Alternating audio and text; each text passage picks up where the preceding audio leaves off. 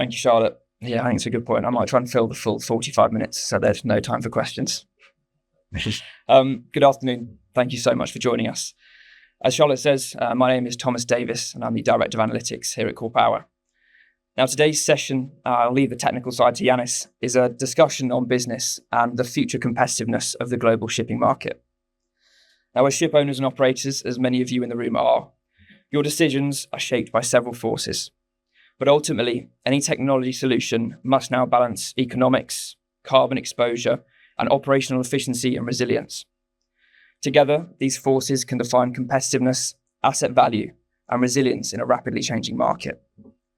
My aim today is to show you how new nuclear technologies can simultaneously reduce exposure to volatile fuel costs, deliver at point zero emissions, and protect operations from supply shocks.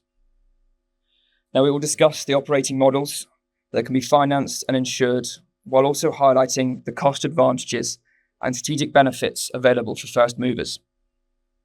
Now, new nuclear is no longer a speculative option. It is emerging as a commercially viable and potentially operationally superior pathway for ship owners navigating what is an uncertain energy market. To understand why, let me first begin with why this conversation has become imperative today. The shipping industry is entering a period of structural change. Regulatory mandates, geopolitical uncertainty, and rising energy costs are now all converging. This will reshape how vessels are built, financed, and operated. Now, shipping is responsible for approximately 3% of global greenhouse gas emissions, and at the same time, it transports roughly 80% of global trade. Now, the IMO, as I'm sure many of you are aware, has adopted a strategy of net zero to reach net zero emissions by around 2050. Now, as a result, there is long-term pressure to decarbonise now embedded in the financial and regulatory landscape. But this challenge is not evenly spread. Around 20% of the vessels contribute roughly 70% of the related emissions. Now, these are the largest ships responsible for some of the largest movements of global trade on what are the most commercially critical routes. Now, because of their scale, the concentration of the impact, they represent the most urgent and impactful route for technology intervention. Now, so the question becomes, how do we transition a legacy fleet into one that is competitive, scalable, and zero emission? Now, for Greece, this is both a risk and an opportunity. Choices here will steer compliance throughout the worldwide fleet and set future asset values. Now, if we consider what today's industry looks like, even as carbon regulation gathers pace, the commercial reality is that over 90%, I think 93%, of ships by gross tonnage still operate on conventional bunker. Fuel remains the driving OPEX for most of these voyages, around 60% of the cost in some cases. Now, as a result, the operating model is built around minimizing fuel costs and not replatforming energy. Now, this cost structure has driven practices such as slow steaming, as Charlotte mentioned, where average speeds have fallen well below design speed. Now, while this clearly will reduce fuel consumption, it can also harm asset productivity. Now, operators have long relied on hedging to smooth short-term price swings, but this does not change their dependency on volatile fuel markets. So, there we go. Now, with margins already thin, the priority has remained minimizing fuel costs while keeping cargo moving. Now, this model is under strain. Proposed regulation could make it unsustainable, and owners will only switch if competitiveness is preserved. Now, to see what those solutions must deliver, let's take a step back and explore some of the external forces that are now redefining competitiveness. Now, the first, and it's already mentioned a few times today, is carbon regulation and pricing. Now, emissions are becoming a direct cost item. The EU ETS now covers voyages into, within, and out of the EU, and Fuel EU Maritime sets standards on greenhouse gas requirements and penalties for non-compliance. Now, at the international level, as I'm sure many of you have seen recently, the IMO is advancing its midterm measures for the late 2020s, setting a global floor price on emissions. Mm-hmm. Now, broader sustainability issues, including air quality, waste, noise, and biodiversity, are all moving up the regulatory agenda. For vessels trading in Europe, compliance costs could mean that it will triple the effective cost of VLSFO by the mid-2030s, reaching around $1,700 per tonne. Now, financial institutions are reinforcing this trend through frameworks like the Poseidon Principles and Sea Cargo Charter, tying the cost of capital and chartering opportunities to emission productivity. Another example, only recently, is the Panama Canal has announced a net zero slot for low emission vessels. Another factor is operational resilience. Shipping will be increasingly exposed to energy security, including alternative fuel access and geopolitical risk. Now, rerouting around the Red Sea adds significant time, cost, and emissions. And these risks, once considered exceptional, are now a recurring factor in our commercial planning. Now, this all affects economic predictability.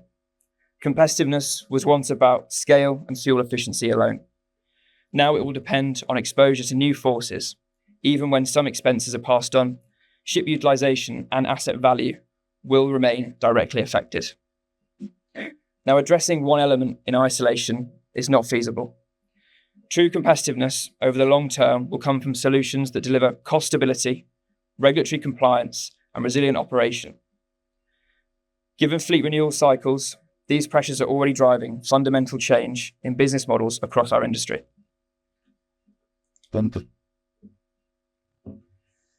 Now, it's tempting to view decarbonisation as a smooth, linear path. In practice, it will move in phases, each with very different dynamics.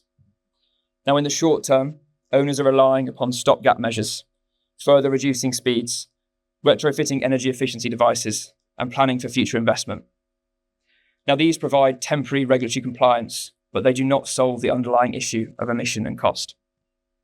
Now, in the medium term, more systematic changes will begin to occur.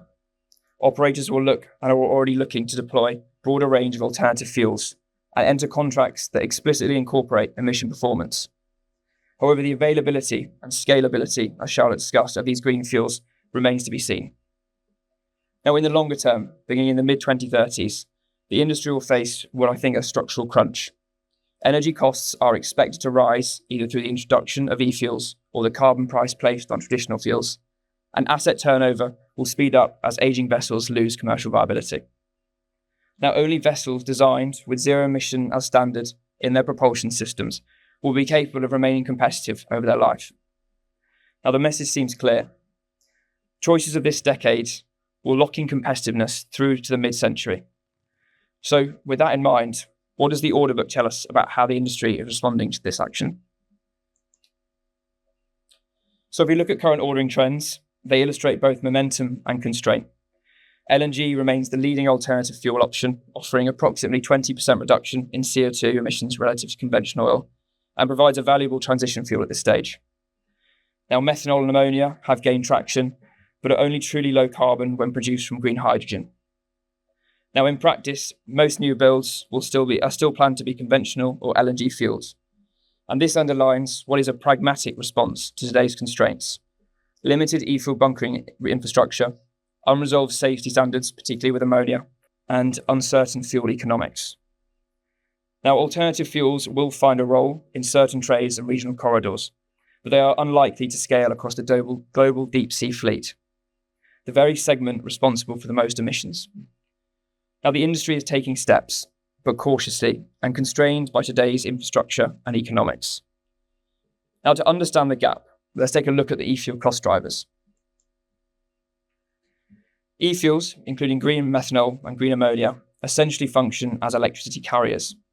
Producing them requires vast amounts of renewable energy to make the hydrogen, and then this is synthesized into fuel, with energy losses and high capital costs at each stage. For deep sea shipping, where fuel demand is immense, the resulting costs is direct exposure to electricity prices. Now, to give a sense of the scale, based on previous analysis, if we look at a $50 per megawatt hour electricity price, a best case scenario in many regions, green methanol and ammonia reach around $900 to $1,000 a tonne. But if we look at more typical European prices of $100 to $150 per megawatt hour, those costs could quickly climb well beyond $1,500 per tonne. And this is not considering the UK, where I'm from, where I think our electricity price last year averaged at $330 per megawatt hour. And because most of these fuels have lower energy density than conventional bunker, the effective cost per unit of propulsion is even higher. Now, these costs are obviously incredibly sensitive to the technology chosen, and as that technology matures, it will result in a decrease in the pricing. But in practice, your fuel bill effectively becomes a bet on electricity markets. Even with falling renewable prices, delivered e-fuels remain well above conventional fuel, and both per tonne and per unit of energy. For ship owners, that level of exposure makes long-term forecasting difficult and could undermine competitiveness. It's worth noting that a lot of the supply for these fuels are still pre-FID or final investment decision. Now, the result seems clear. While the technical pathway for e-fuels exists, the commercial case is currently narrow. They may gain a foothold in some applications, for example, captive corridors or downblending, but they are unlikely to carry the global deep-sea fleet to the 2030s and 2040s. Therefore, if incremental fuels cannot scale, what source can offer energy density predictability and true fleet-wide decarbonisation? So as my colleague Yanis said, by 2040, over 7,000 vessels will need replacing. At the same time, the IMO is demanding a 70% reduction in greenhouse gas emissions. Now that's why advanced nuclear technology deserves serious consideration.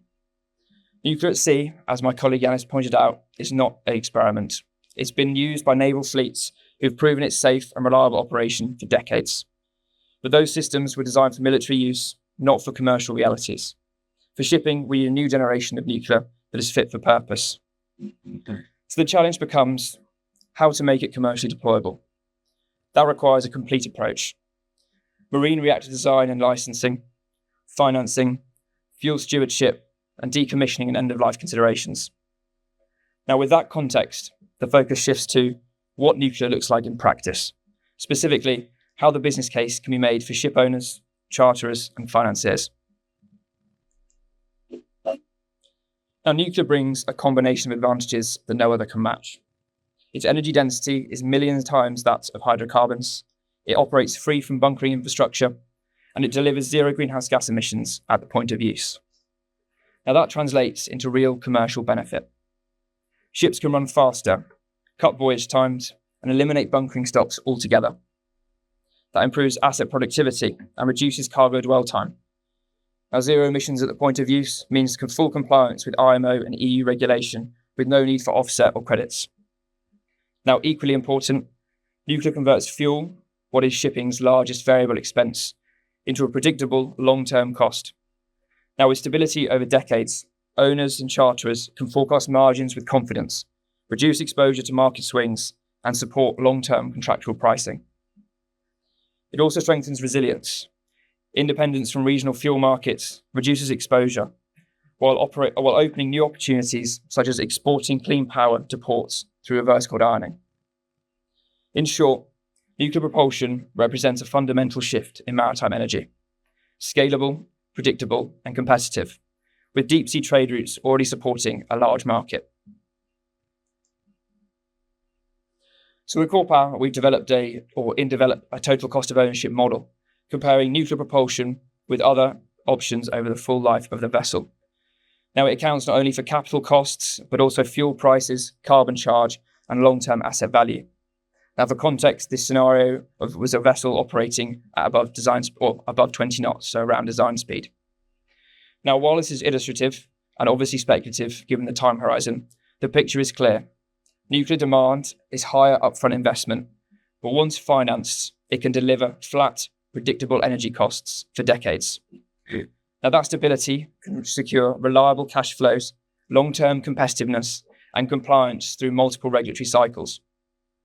Now, e-fuels such as methanol and ammonia, we can see can be competitive under low-cost scenarios, but that is if they're produced where renewable energy is abundant and cheap. Now, it's worth noting that in these scenarios, electricity, the fuels that marine are looking for will be in competition with other electricity providers or suppliers, and that shipping will unlikely be at the top of that list, for example, hyperscalers, etc. Now, this is where nuclear stands apart. It shields operators from fuel price swings and carbon risk. For operators, that means predictable margins. For investors, it means secure returns. Now, nuclear is not just a zero-emission pathway. It is a way to lock in stable costs in what is a volatile energy world. So nuclear flips the economics of shipping. In the conventional model, energy is a variable, so incentive is to consume less. With nuclear energy, this becomes a fixed capital cost. That shifts the incentive towards maximising uptime and utilisation. Now that can support better life cycle planning, stronger long-term contracts, and infrastructure built on predictability rather than speculation. It also changed the ownership model. The most effective structures will separate reactor operations and fuel stewardship from vessel ownership. This allows liabilities to be ring-fenced and managed by specialist providers, making it possible to secure commercial insurance and attract large-scale financing. At a strategic level, the impact runs deeper. New nuclear technologies developed in Europe and the US can give Western economies a competitive edge in shipbuilding and maritime services, anchoring industrial capability and energy security at the same time. Of course, none of this will happen automatically. Questions around port access protocols, liability allocation, and the end-of-life planning all need to be considered. That is why our work today at Core Power is focused not only on technology development, but on the frameworks, regulatory, finance, operational, that makes nuclear propulsion a bankable, insurable, and deployable asset to the 2030s. Now, the coming years are about building the conditions that make deployment possible. Phase 1 centers on product development, creating reactor systems that are inherently safe and designed for marine use, as my colleague Yanis has explained. Now, we're developing 2 products, maritime civil nuclear propulsion and floating nuclear power plants, although the main focus of this presentation will be on the left. But the technology alone isn't enough. In parallel, an enabling environment must be built. Now that means a licensing pathway through civilian maritime authorities, export control compliance aligned with non-proliferation, and insurance conventions that clearly allocate liability. It will also require social acceptance, achieved through transparent and early engagement with ports and operators. Now the commercial foundations are equally critical. Resilient supply chains, financing structures, and the international standards that will allow nuclear-powered ships to operate across the global trade routes. Now, by 2030, success will not just be a proven reactor design. It will be having resolved or coming to the resolution of the regulatory, financial, and institutional enablers that means order books can credibly include nuclear tonnage through the 2030s. Now, once the foundations are in place, the next step is commercial scaling and deployment. Now that means creating industrial capacity. Shipyards are able to integrate marine nuclear systems, qualified supply chains, and long lead manufacturing of marine-grade reactors. For the nuclear sector, this is a shift from one-off projects to serial production. Floating assets built in series, delivered on time and on budget. Now, as we've discussed previously, shipyards bring further advantages. Off-site manufacturing at scale, weather-independent production, and a consistent quality that they are already showing today. Their delivery models are already recognised by regulators and insurers, and they can function as a regulatory bridge, given their expertise and experience in navigating complex maritime and construction codes.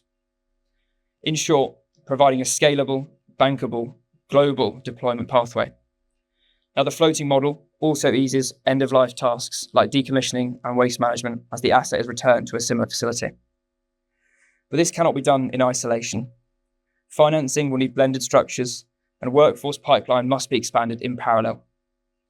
Training mariners, operators, and regulators to manage nuclear systems safely. Now, most important, international rules on liability, safety, and insurance must be harmonised. Resolving these issues is not a formality. It is one of the defining challenges for this asset. Now, the aim of this phase, then, is to build a repeatable industrial capacity and establish regulatory precedent that enables series production through the 2030s and 2040s.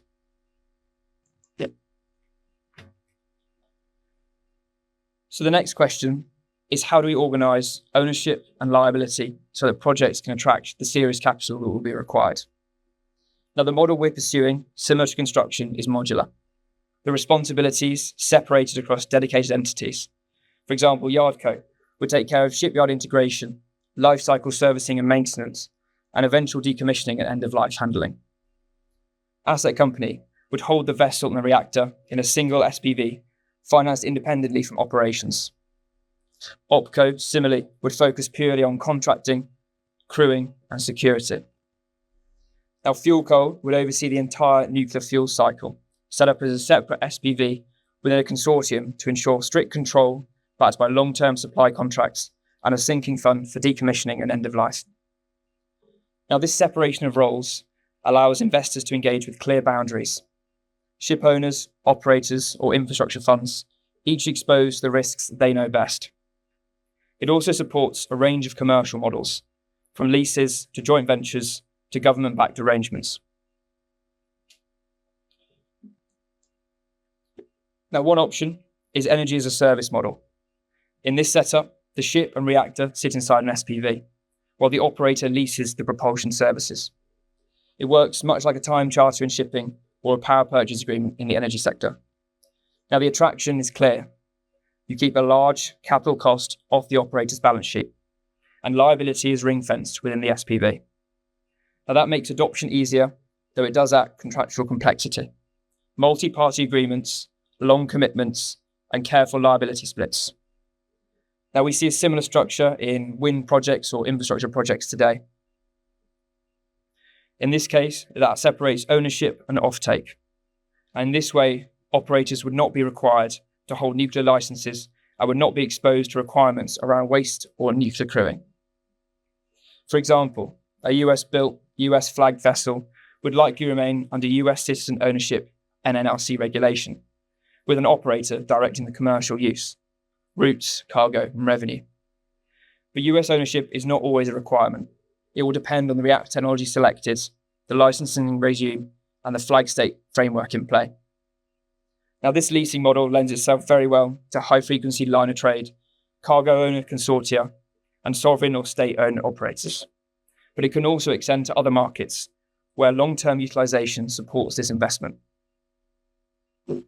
Early ownership is likely to come from infrastructure or sovereign wealth funds seeking stable green returns, with public capital playing a vital role in first-of-a-kind deployments.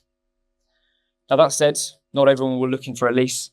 Some will seek full control, others joint ventures, and that's where alternative models can come into play. For some stakeholders, owning both the hull and the reactor directly can be attractive. It gives full control of operations, which may suit long-term commitments or energy security goals. The drawback is clear: concentrated or more concentrated financial and regulatory risk, less flexibility with trading and conditional change. Now, that's why public-private partnerships or joint ventures offer another useful middle path. By bringing in governments, ports, or cargo owners, risk can be shared, public funding unlocked, and access to green corridors improved. Now, the trade-off, of course, is the added governance complexity. For Greek ship owners, a role here could be an equity stake in an SPV that provides exposure to the upside while still ensuring flag state rules on nuclear licensing and maritime shipping is maintained. Now, the broader point here is that there isn't one ownership model. Leasing, joint ventures, and direct ownership all have a place. This will all depend on an investor's appetite and deployment objectives. With the modules outlined, the next question is, where and how will the first projects be launched? So, a practical first-of-a-kind launch environment for nuclear propulsion is the development of green corridors, routes where port states align safety, liability, and operational frameworks in advance. Just last week, the UK and US tech deal, MOU, signalled a commitment to explore opportunities for civil maritime nuclear applications, which could come in the formation of a nuclear corridor between the two nations. Now, by focusing on hub-to-hub service initially, that keeps regulatory manageable. And we focus on deep sea, high-volume lanes where nuclear strength, speed, endurance, and fuel independence deliver the biggest commercial impact. Now, several candidate routes are already in discussion: Singapore to Rotterdam, LA to Shanghai, Australia to Japan, the iron ore. Each combines scale, strong political commitment, and the opportunity to showcase nuclear propulsion as the backbone of zero-emission global commerce.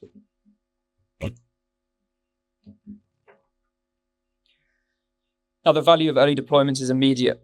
In some cases, new revenue opportunities through faster, more reliable services, For host ports, those routes also attract cargo owners seeking guaranteed zero-emission transport, reinforcing the corridor as a premium offering.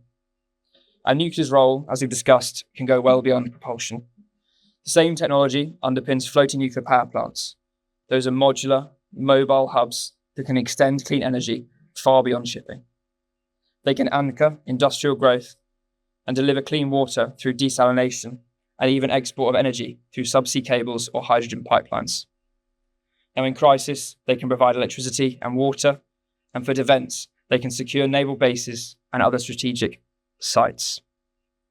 Now, in short, FMPPs could extend nuclear from a shipping solution to a key enabler of regional energy security. And few regions are better placed to lead this than Greece. So Greece sits at the crossroads, the East Med and Asia-Europe trade routes. Decisions here ripple far beyond the region. Many islands still rely on costly diesel, while others are only now being linked to mainland grids. FMPPs could look to replace diesel with stable, clean electricity and supply shore power to vessels. Offshore, they could reinforce ports, enable e-fuel production close to point of use, and even position Greece as an exporter of clean energy. Now, at the same time, Greek ship owners control one of the world's largest fleets. The scale brings the greatest exposure to fuel and carbon price volatility, but also the greatest ability to lead. For decades, Greek ship owners have shaped the global shipping through finance, strategy, and innovation. Nuclear propulsion and FMPPs are the next chapter of that leadership. The real question is not if this transition happens, but when and what tomorrow's winners must start considering today. So as we look ahead, the industry has to face some difficult realities. Energy costs are set to rise through the late 2020s as e-fuels begin entering the market. That will increase operating costs in the near term. Now, large-scale decarbonisation will not occur overnight. It will accelerate to the 2030s as regulation, infrastructure, and finance align. Now, in the meantime, fossil fuels will remain supported by traditional measures such as slow steaming and carbon capture. But these cannot deliver the scale of change required. Nuclear offers a different model: stable energy costs, zero emissions at the point of use, and the ability to operate at high speeds with high utilisation, all strengthening long-term competitiveness and resilience. And this is not about going green for green's sake. It's a technically proven in naval feats, and the main challenge now is developing designs, regulation, and financing frameworks that support for commercial shipping. Those who engage early with technology partners, regulators, and financiers will be better positioned when the transition accelerates. Nuclear propulsion is no longer speculative. It is one of the few pathways capable of meeting shipping scale, regulatory pressures, and long-term competitiveness demands. Sustainability, in turn, comes from lowering resource use, managing waste responsibly, and creating prosperity, all areas where nuclear delivers very strongly. Thank you very much. That's the end.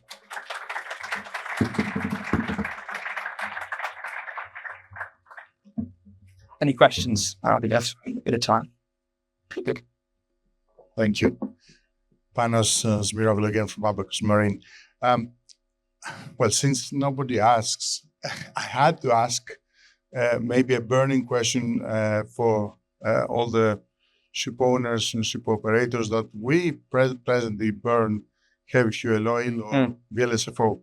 At two different points of your presentation, you wrote a prediction that conditions will push the price of both, basically, to 1,700.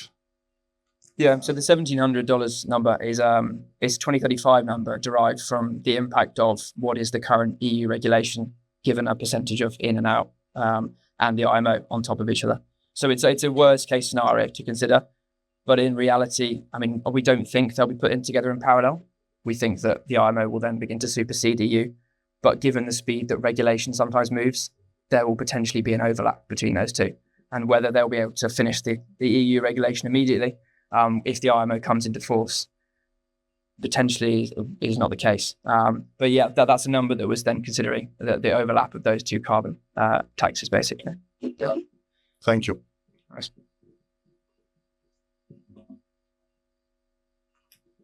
So, Nick Petropoulos again from the National Technical University of Athens. Some questions. Can I put one or two questions, please? Mm-hmm. Okay. So, please. You are advocating for the Greek shipping owners a quite different model because, as I understand it, I'm not an expert on this, the Greek ownership is vertically organized. Mm. So you are suggesting, and rightfully so, a more horizontal deployment of assets in the management of ships, etc., which might be very difficult for such a big ownership percentage. Another thing that I would like to comment on is that we are thinking too much into the box. For example, if we're thinking nuclear, then we're talking, you very successfully mentioned other routes and not the traditional routes.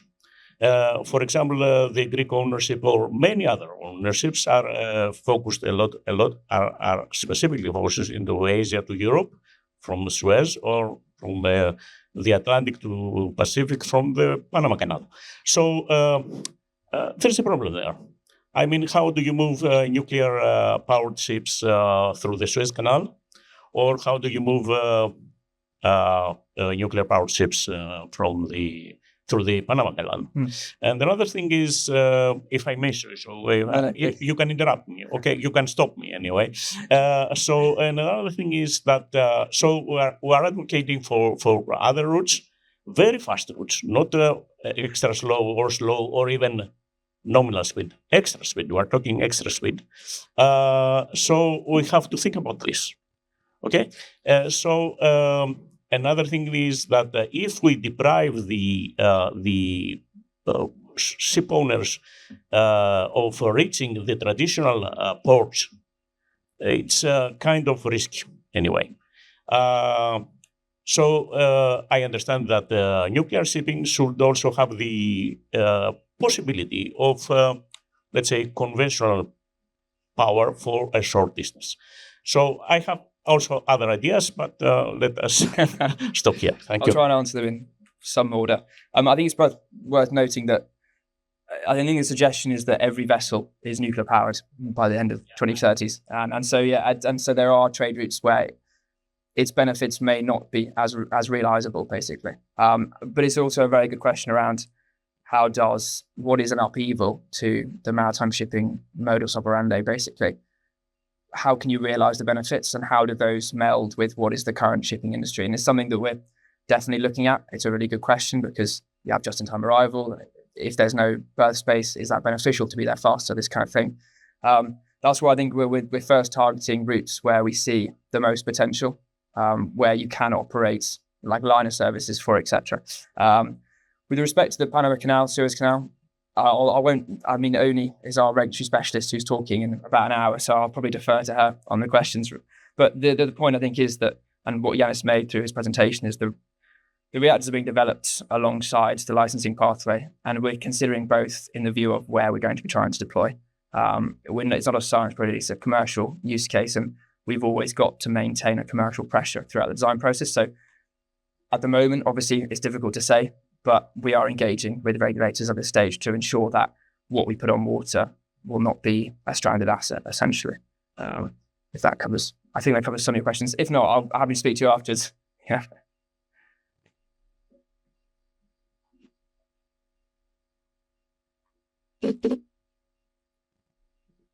Evangelos Kandiotis from Enterprise Shipping and Trading. What is the quantity of fuel that should be available on board? And what is the cost per kilo? So the quantity of nuclear fuel? Nuclear fuel. It's a good question. I mean, so for the MTFR, as Yanis explained, we're considering HALEU, so higher enriched. Now the prices for that per kilogram at the moment are R&D prices, essentially. There's very, very little being produced. So it's probably unfair to classify that as the cost of the fuel that we're expecting in 10 years' time. I mean, the demand signal from the industry is that HALEU will ramp up in terms of production and there will be a significant decrease in the cost of the fuel. It's something it's going to be more expensive than LEU, and we're very aware of that. But that is what I think one of the reasons we down selected to the MCFR was the potential ability to burn not necessarily just HALEU, but also potentially to reuse with some type of fueling the fuel again. So it's no longer depreciating that asset to zero. It's depreciating it down a percentage, but there is remaining value in that asset, which we hope to leverage, basically. So it's very difficult to say. I don't think I can give the weight of winning reactor, otherwise I will get told off. But it's very difficult to put a price at the moment on HALEU. R&D prices are up, $20,000 a kilo. But again, this is R&D. How much will it be necessary to keep on?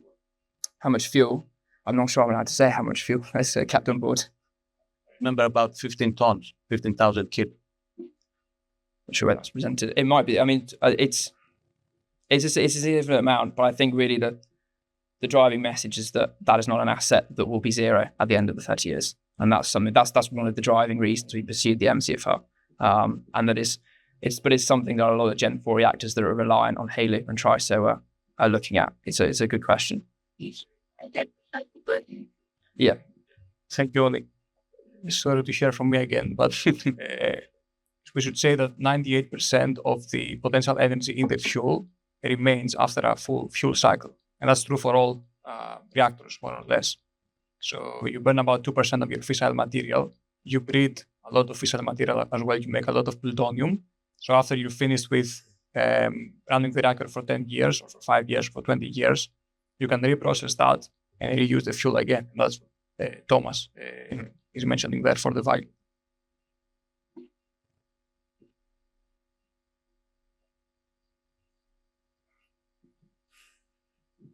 Yes, this is Kostas Chasiotis from Ocean King. You touched upon asset resilience on your graph there. And I would like to let us imagine the following, that presently most of the cargo ships and the less specialized are being built in China. How would you see the scenario of the US and allies that you presented there being able to operate and still build ships as competitive as possible at that time in places like China? Of course, the geopolitical situation is what it is today. We don't know what's going to happen in the future. So I don't see personally US and Europe being builders. So it should be a mismatch. Yeah, no, completely agree. No, it's worth, maybe asterixing that we're not looking to build these vessels most likely initially in Europe and US. We've got a lot of our shareholder percentages from shipyards in South Korea, Japan, which is where we're engaging most with respect to building these assets. As you say, if you're building this asset in America, the cost is multiple folds higher. It's an area that we're looking at, and we're working, and Hyundai Heavy Industries is part of that MCFR program. So we're working at this stage with shipyards, to make sure that what is being built is, as competitive as possible. But you're right, we can't use China likely at this stage for shipbuilding. It's worth also highlighting that what this is a product that is premium, potentially beyond what is conventional fueled. So it's a vessel that can operate faster with limited refueling, no emissions, no compliance requirements, etc. So there will be a premium likely applied, but that is a premium asset that it's considering. No other questions? Thank you.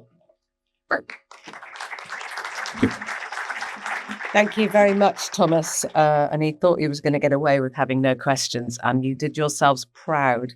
I thought some really interesting questions there about where ships are going to be built, etc., and also about HALEU. And I think one of the issues that is feeding into all of this is the role of governments in all of this. You've seen what's happened in the US. US is desperate to bring its shipbuilding business back again. Absolutely desperate. President Trump, he state to claim, he said, the Ships Act, they really, really want to do it. And of course, there's only one way that could ever happen, is if they were there to embrace their nuclear ability to develop the technology alongside some sort of revitalized shipbuilding. Now, we don't necessarily think that it's definitely going to happen like that at all, which is why we have relationships, obviously, as Thomas was saying, with other shipbuilders in Asia. I think the other thing is worth pointing out about HALEU, governments are getting involved in that area as well. They recognize that, there are 125 SMRs being developed around the world at the moment. 124 of them for terrestrial applications. But the reality is, there will be some government intervention, I think, in many places in order to ensure that the availability of fuel. There is no point in staking your flag up and saying, we love nuclear, and then having to turn around to the voters and say, yeah, we love nuclear, but we completely forgot about the fuel. That's sadly not great for politicians. So, when governments want to get stuff done, and as a former government minister, I know this, they can. And I should imagine that there will be all sorts of interesting government intervention in a very difficult geopolitical world over the next decade, and will be at the heart of understanding how that will make a difference.